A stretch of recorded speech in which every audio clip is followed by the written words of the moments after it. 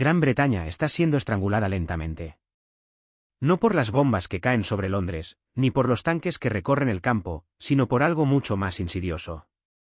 La silenciosa desaparición de barcos en las frías y oscuras aguas del Océano Atlántico. Cada semana, otro convoy sale de los puertos norteamericanos cargado con alimentos, combustible, medicinas y materias primas.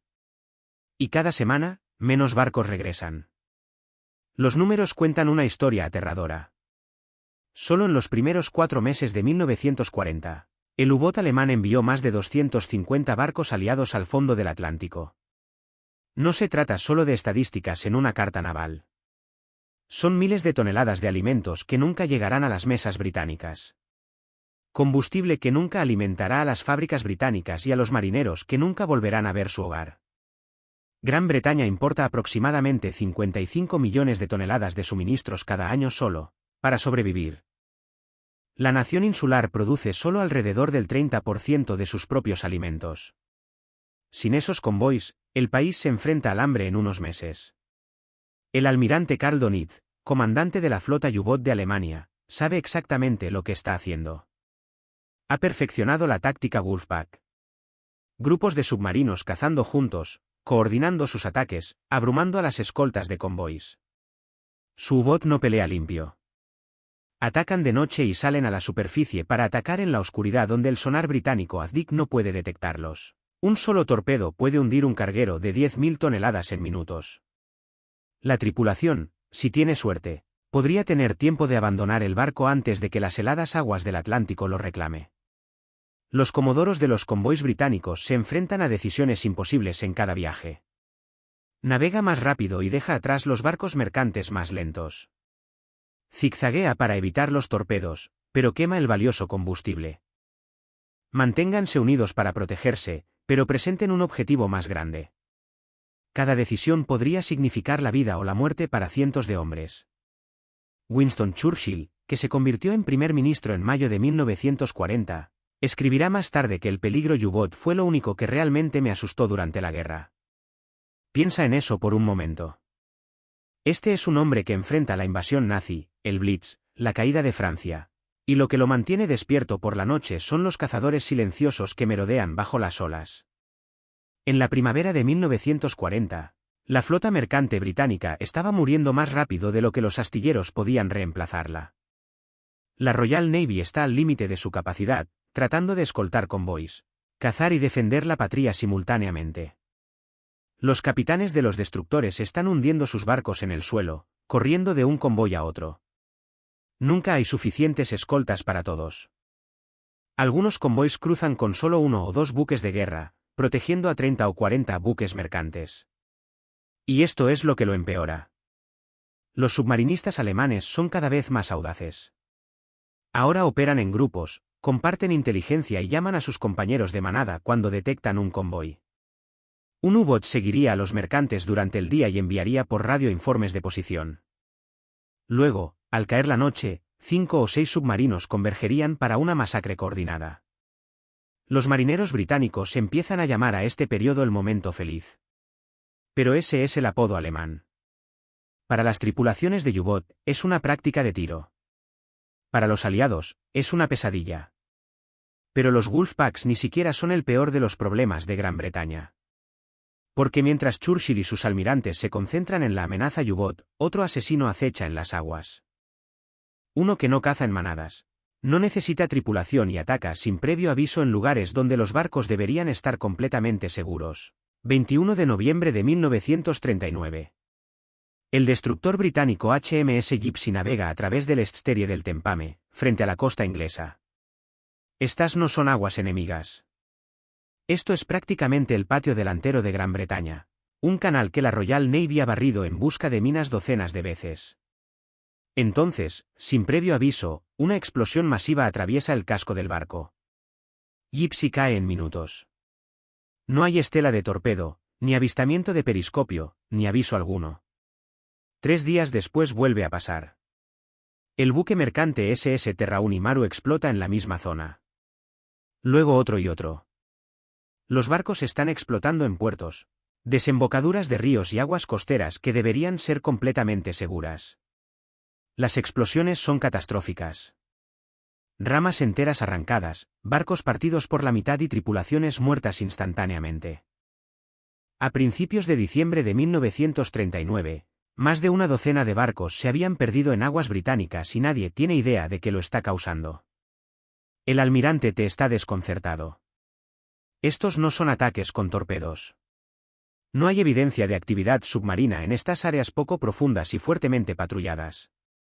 Estas tampoco son minas de contacto tradicionales.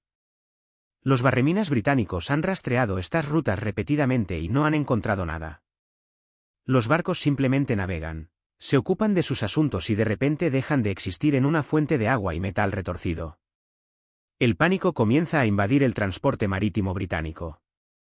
Los capitanes que se enfrentaron a U-Boat en el Atlántico sin inmutarse ahora tienen miedo de entrar en sus propios puertos, porque al menos con un U-Boat estás luchando.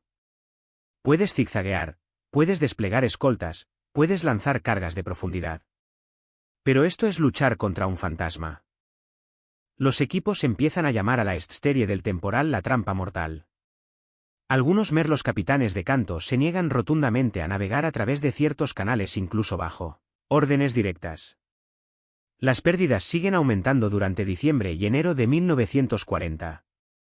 El acorazado HMS Nelson, de 45.000 toneladas de potencia naval británica, choca contra algo frente a Escocia y apenas llega cojeando a puerto con la proa casi volada. Si las naves capitales no son seguras, nada lo es. Los puertos británicos se están convirtiendo en cementerios y la Royal Navy ni siquiera sabe que está matando a los barcos. Luego viene el descanso. El 23 de noviembre de 1939, apenas 2 días después de que el HMS Gypsy cayera, se ve a un avión alemán arrojando algo en paracaídas en las marismas cerca de Chubes durante la marea baja. Cuando baja la marea, los expertos británicos en desactivación de bombas se acercan con cautela. Lo que encuentran lo cambia todo. Es una mina, pero diferente a todo lo que la Royal Navy haya visto antes. Sin cuernos de contacto, sin mecanismo de detonación visible. Está ahí sentado en el barro, luciendo casi inofensivo. El teniente comandante John Uby y su equipo pasan horas examinándolo cuidadosamente, sabiendo que un movimiento en falso podría vaporizarlos a ellos y a la respuesta al misterio de Gran Bretaña. Trabajan con agua helada lamiendo sus pies mientras la marea vuelve a subir, corriendo contra el tiempo. Lo que descubren en el interior envía ondas de choque a través de la Admiralty. Esta mina no espera a que un barco choque con ella. No necesita ningún contacto físico en absoluto. Dentro de la carcasa hay algo mucho más siniestro. Un sensor magnético que detecta el casco metálico de los barcos que pasan. Cuando un barco pasa por encima, la mina siente el campo magnético de todo ese acero y hierro y luego detona. Los alemanes han convertido la propia física en un arma. De repente, todo tiene un sentido horrible. Los ataques en aguas poco profundas, las explosiones en los puertos, los barredores de mentes que pasan por encima de las armas sin dispararlas. Gran Bretaña ya no lucha solo contra submarinos. Se trata de luchar contra un enemigo invisible que convierte el casco metálico de cada barco en una sentencia de muerte. La mina magnética capturada aterriza en el escritorio de un hombre que no tiene ningún derecho a estar en la Royal Navy. Charles Good es un profesor de química canadiense que llegó a Gran Bretaña con una beca académica antes de la guerra. No es un militar. No es un arquitecto naval. Es un científico que se vio arrastrado por la desesperada lucha de Gran Bretaña por movilizar todos los cerebros disponibles contra la amenaza nazi. A finales de 1939, el almirante T crea algo llamado Departamento de Desarrollo de Armas Diversas. Básicamente, un vertedero de ideas poco convencionales y de las personas extrañas que se les ocurren. La buena Eva encaja perfectamente. Cuando el problema de las minas magnéticas llega a su oficina a principios de 1940, la mayoría de los oficiales navales piensan en términos tradicionales. Construya mejores barredores de mentes. Desarrollar un revestimiento del casco más resistente. Mapee los campos minados con más cuidado. Estos son enfoques sensatos y lógicos de un marinero experimentado. Good ve el problema de manera completamente diferente. Entiende algo que los almirantes no entienden. Este no es un problema naval. Es un problema de física. A la mente no le importa el espesor del blindaje ni el diseño del barco. Está respondiendo a campos magnéticos. Cada barco es esencialmente un imán gigante que flota en el agua. Los agujeros de acero se magnetizan durante la construcción. El martilleo, la soldadura y la forma del metal alinean las moléculas de hierro en el campo magnético de la Tierra. Incluso después del lanzamiento de un barco, lleva esta firma magnética. Y esa firma es la que está matando a las tripulaciones. La solución de Gu-debe suena absolutamente loca cuando la propone por primera vez. Quiere envolver barcos enteros con cables eléctricos y hacer pasar corriente a través de ellos. Miles de pies de alambre enrollados alrededor de agujeros alimentados por generadores a bordo, creando un campo electromagnético que anularía el magnetismo natural de la nave. Quiere que los barcos sean magnéticamente invisibles. La reacción inicial del almirante T es la que cabría esperar. Un profesor universitario les dice a los oficiales navales de alto rango que han pasado 30 años en el mar, que necesitan convertir sus buques de guerra en electroimanes flotantes. Algunos piensan que está bromeando. Otros piensan que ha perdido el tiempo. Según se informa, un almirante pregunta si Gu ha estado bebiendo, pero Gu-debe tiene los cálculos para respaldarlo. Explica que todo campo magnético tiene polaridad, norte y sur. El casco del barco crea un campo, y si generas un campo igual y opuesto a su alrededor, los dos se cancelan entre sí. Es el mismo principio que los auriculares con cancelación de ruido, excepto que en lugar de ondas sonoras, se cancelan los campos magnéticos. Para los sensores de la mente, la nave simplemente no existiría. Pasaría sobre el arma y el gatillo magnético nunca se activaría. Solo hay un pequeño problema. Nadie ha probado nunca esto en nada más grande que un bote de remos. La buena Eva se propone engañar. Ese es el término técnico que lleva el nombre de la unidad de intensidad del campo magnético. Cada uno de los buques de la flota británica, acorazados, destructores, cargueros, petroleros, troyers, miles y miles de buques, cada uno de los cuales requiere cálculos personalizados, colocación precisa de cables, y calibración cuidadosa. La logística es asombrosa y Gran Bretaña no tiene tiempo. Los barcos explotan a diario. Las minas magnéticas se están extendiendo a todos los principales canales de navegación de las islas británicas. Los U-Boot ya están hundiendo buques mercantes en aguas abiertas. Ahora los barcos ni siquiera pueden llegar a los puertos de forma segura. Si la Royal Navy pasa meses probando y debatiendo la idea de Gu-debe, es posible que no quede flota que salvar. A pesar del escepticismo, a pesar de la escala astronómica de la tarea, a pesar de que suena algo sacado de una novela de ciencia ficción, el almirante T le da permiso a buena Eva para intentarlo. No tienen mejores opciones. A veces, en la guerra, hay que apostarlo todo a una idea loca. Esto es lo que hace que la mina magnética sea diabólicamente inteligente. La Tierra misma es un imán gigante con líneas de campo magnético que van desde el polo norte hasta el polo sur. Cuando construyes una nave, martillas placas de acero, sueldas juntas, doblas metal para darle forma. Estás haciendo toda esta construcción en el campo magnético de la Tierra. Las moléculas de hierro en el acero se alinean gradualmente con ese campo, pequeñas agujas de brújula que apuntan todas en la misma dirección. La nave queda permanentemente magnetizada y lleva lo que los científicos llaman una firma magnética. Esta firma es más fuerte en los extremos del barco, la proa y la popa, donde el casco se curva más dramáticamente. Un buque de carga típico de 10.000 toneladas crea un campo magnético lo suficientemente fuerte como para ser detectado a 30 pies de distancia. Acorazados con su enorme armadura de acero, aún más fuertes. El campo no se cierra cuando el equipo regresa a casa. No desaparece en la niebla ni en la oscuridad. Siempre está ahí, irradiando desde el casco una baliza que dice: detone aquí cualquier mina magnética dentro del alcance. Los ingenieros alemanes entendieron esto perfectamente cuando diseñaron su arma. La mina se encuentra en el fondo del mar, paciente y silenciosa. Dentro de su carcasa impermeable, un magnetómetro, esencialmente una brújula sensible, monitorea el campo magnético ambiental. Cuando un barco pasa por encima, el magnetómetro detecta el cambio repentino en la intensidad del campo. Una vez que ese cambio cruza un umbral preestablecido, se cierra un circuito eléctrico. La corriente fluye hacia el detonador y 650 libras de alto explosivo convierten el fondo marino en una zona de exterminio. La belleza del diseño desde la perspectiva alemana es que prácticamente no es dulce. Las minas tradicionales se balancean en la superficie o flotan justo debajo de ella, unidas a anclajes mediante cables. Los barreminas pueden cortar esos cables o detonar las minas con disparos. Pero las minas magnéticas se encuentran directamente en el fondo de aguas poco profundas. Los barreminas que navegan por encima simplemente activan cualquier otro barco. Gran Bretaña perdió varios alucinantes de esta manera antes de que se dieran cuenta de lo que estaba pasando. La solución desodorante de Good ataca el problema en su origen. Si no puedes ocultar el metal del barco, cancelas su campo magnético. La técnica requiere envolver el barco en un largo bucle de cable. A veces, un solo bucle alrededor de todo el agujero. A veces, varios bucles a diferentes alturas.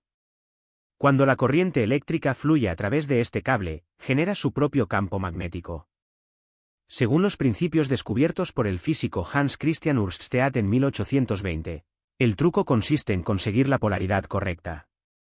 Si el agujero del barco tiene un polo norte magnético en la proa, pasa corriente a través del cable de grados en una dirección que crea un polo sur en el mismo lugar. Los dos campos interactúan y se neutralizan mutuamente. Haga esto correctamente alrededor de todo el casco y la firma magnética del barco caerá de 30 pies a solo unas pocas pulgadas. Demasiado débil para activar los sensores de la mina. Pero aquí es donde se complica. Cada barco es diferente. Un destructor construido en Glasgow tiene una firma magnética diferente a la de un carguero construido en Newcastle. La intensidad varía según la composición del acero, los métodos de construcción, cuánto tiempo hace que se construyó el barco e incluso en qué dirección estaba orientado en el astillero. No se puede simplemente enrollar un cable estándar alrededor de cada embarcación y dar por terminado. Cada barco necesita mediciones individuales, cálculos personalizados y una calibración precisa. Good se da cuenta de que no solo está resolviendo un problema de física. Está intentando reinventar los procedimientos de construcción de barcos para toda la flota mercante y naval británica. Y necesita hacerlo en semanas, no en años. La primera prueba tuvo lugar en enero de 1940 en el HMS Vernon, la Escuela de Minería y Torpedos de la Royal Navy en Portsmouth. Good y su equipo seleccionan a un pequeño barrendero, el HMS Borb, como conejillo de Indias. Pasan 3 días midiendo el campo magnético de la nave desde todos los ángulos utilizando magnetómetros, sensibles prestados de departamentos de física de las universidades. Luego enrollan 2000 pies de pesado cable eléctrico alrededor del agujero en un patrón cuidadosamente calculado. Lo conectan a un generador y accionan el interruptor. Los resultados son impresionantes.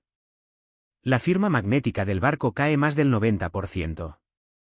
Cuando navegan a bordo del HMS sobre sensores magnéticos de prueba, los instrumentos apenas registran nada. Es como si la nave hubiera desaparecido del espectro magnético. Bien, la loca idea de Eber realmente funciona. Pero el éxito crea su propia pesadilla. Un barco de prueba es una prueba de concepto. Gran Bretaña opera más de 9000 buques mercantes, además de cientos de buques de guerra, destructores, cruceros, acorazados e innumerables embarcaciones auxiliares de la Royal Navy. Todos y cada uno de ellos necesitan ser liberados si quieren sobrevivir al paso por aguas británicas. Y los barcos siguen llegando a diario. Cargueros americanos, escoltas canadienses, barcos de requisa, buques de carga construidos de emergencia. La cola no deja de crecer. Lo bueno hace los cálculos y es aterrador. Cada barco requiere aproximadamente 2000 pies de cable de cobre de espesor.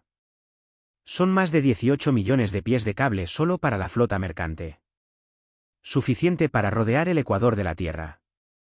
Los suministros de cobre de Gran Bretaña ya están limitados para sustentar la infraestructura eléctrica, la producción de municiones y la fabricación de aviones. Ahora, Goodebe necesita toda una cadena de suministro adicional solo para desechar el cable. Luego está el problema de la instalación. No se puede simplemente contratar a cualquier electricista de la calle para este trabajo. La colocación del cable debe ser precisa.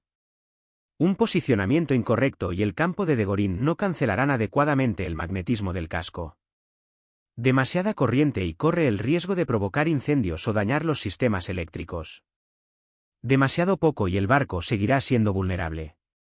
Cada instalación requiere de personal capacitado que entienda tanto de ingeniería eléctrica como de arquitectura naval. Gran Bretaña no tiene esa gente. El país está librando una guerra en múltiples frentes. Cada ingeniero calificado ya trabaja 16 horas al día en radares, motores de aviones, sistemas de armas o codificación. Good necesita crear un grado completo, capacitarlos en semanas y desplegarlos en astilleros de Gran Bretaña. Eventualmente, en puertos aliados de todo el mundo. El Admiralty establece estaciones de descarga en los principales puertos: Portsmouth, Liverpool, Glasgow, Belfast y Cardiff. Cada estación recibe equipos magnetómetros, suministros de cables y equipos técnicos rápidamente capacitados. Los barcos que llegan a puerto se miden inmediatamente. Se hacen cálculos, se enrolla el cable alrededor de los agujeros y se instalan los generadores. Todo el proceso dura unas 48 horas por barco si todo va a la perfección. Nunca sale perfecto. Los barcos llegan dañados por los ataques y requieren reparaciones antes de que pueda comenzar la destrucción. Los envíos de cable se retrasan. Mal funcionamiento de los generadores.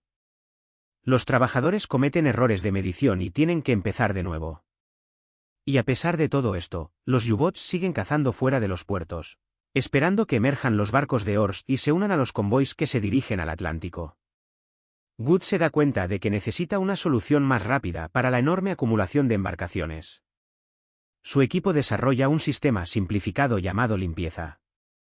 Los barcos pasan lentamente por una instalación costera donde enormes electroimanes neutralizan temporalmente sus campos magnéticos. No es un grado adecuado permanente, pero dura varias semanas. Las estaciones de limpieza se instalan en las entradas del puerto y procesan varios barcos por día en lugar de uno cada 2 días. En marzo de 1940, Gran Bretaña estaba desoxidando barcos más rápido de lo que Alemania podía colocar minas magnéticas. Pero es una carrera desesperada contra el tiempo. La velocidad lo es todo. La operación de Good pasa de ser un pequeño programa experimental al proyecto de ingeniería de accidentes más grande de la historia británica. En abril de 1940, las estaciones de Deakin funcionan las 24 horas. 3 turnos las 24 horas del día, los 7 días de la semana. A medianoche salen chispas de los sopletes. Electricistas exhaustos miden campos magnéticos al amanecer. Los equipos de cable trabajan durante los ataques aéreos, ignorando las sirenas. Porque cada hora que un barco permanece esperando a ser desalojado es una hora en la que no puede transportar los suministros que necesita desesperadamente. El almirante Tai saca trabajadores de cualquier lugar donde puedan encontrarlos. Los electricistas jubilados son llamados nuevamente al servicio. Los estudiantes universitarios de física son reclutados directamente desde las aulas. Las mujeres se unen a equipos de grado en cantidades sin precedentes, operando magnetómetros y calculando patrones de cables. Trabajo que requiere precisión y habilidad matemática, no fuerza física. En el verano de 1940, más de 3.000 personas trabajaban en operaciones de desgasificación en toda Gran Bretaña. La logística es alucinante. El cable llega por toneladas a los puertos enrollados en enormes carretes.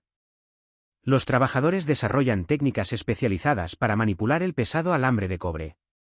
Es grueso como el pulgar de un hombre y pesa varios kilos por pie. Colocarlo alrededor del casco de un barco significa bajar a las tripulaciones sobre andamios a lo largo de los costados del barco.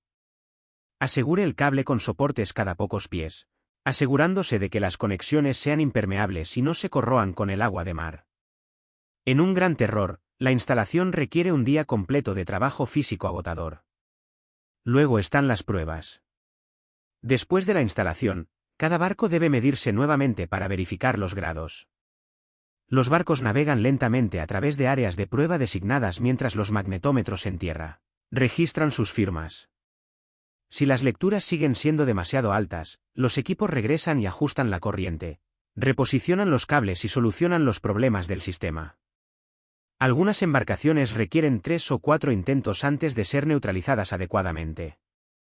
El programa se expande más allá de costas británicas. Canadá establece estaciones de eliminación de residuos en Halifax y Montreal. Los puertos estadounidenses, técnicamente neutrales hasta diciembre de 1941, Silenciosamente establecieron instalaciones de protección para los barcos que se unirían a los convoys británicos. Gibraltar, Alejandría, Ciudad del Cabo, Bombay. Cualquier lugar donde se concentre el transporte marítimo aliado, les sigue el equipo de desodorización. El equipo de GUDB escribe manuales de formación. Envía equipos al extranjero y capacita a tripulaciones extranjeras en estas técnicas.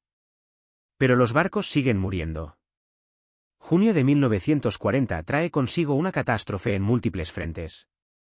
Francia cae en manos de Alemania, lo que da a los U-Boot acceso a los puertos atlánticos de Brest y Lauron, cortando 450 millas de su área de caza. De repente, los submarinos alemanes pueden permanecer patrullando mucho más tiempo, atacando convoys más alejados de las costas británicas. Y aunque miles de barcos ahora cuentan con protección contra minas magnéticas, todavía son vulnerables a los torpedos en aguas abiertas. El almirante T se enfrenta a brutales decisiones de clasificación. Dar prioridad a los buques de guerra para el abandono o a los buques mercantes, a los buques nuevos recién votados o a los buques más antiguos con años de servicio. Barcos rápidos que potencialmente pueden dejar atrás a los U-Boats o ralentizar a los transportistas de carga que transportan el mayor tonelaje. Cada elección significa que algunos barcos esperarán más tiempo, seguirán siendo vulnerables durante más tiempo y enfrentarán mayores riesgos. Los equipos de GUDB trabajan durante el bombardeo. Los muelles de Londres arden debido a los bombardeos alemanes, pero la destrucción continúa. Liverpool sufre golpes devastadores en mayo de 1941. Más de 2.000 civiles muertos, la infraestructura portuaria dañada. Pero la estación de Deesing sigue funcionando. Glasgow, Belfast y Cardiff sufren ataques aéreos mientras los equipos de cable siguen envolviendo barcos. A finales de 1940, Gran Bretaña había desmantelado más de 4.000 buques. A mediados de 1941, ese número supera los 10.000. Es un logro de ingeniería que rivaliza con la construcción de los propios barcos. Excepto que se hace en condiciones de guerra, con recursos limitados, acción enemiga constante y el conocimiento de que cada retraso cuesta vidas en el mar. Los números cuentan la historia mejor que las palabras. En los primeros 3 meses de 1940, antes de que el Deesing se generalizara, las minas magnéticas hundieron o dañaron 115 barcos británicos en aguas nacionales. A finales de 1940, después de que miles de buques recibieran protección anti-Deorsin, ese número se redujo a menos de 20 buques durante el mismo periodo de 3 meses. En 1941, las pérdidas de las minas magnéticas se vuelven casi insignificantes, menos de una docena de embarcaciones durante todo el año. La loca idea del bueno esencialmente ha neutralizado el arma maravillosa de Alemania. Pero salvar barcos de las minas magnéticas es solo la mitad de la batalla. El propio Atlántico sigue siendo un campo de exterminio. A U-Boot no le importa si un barco está desorbitado o no.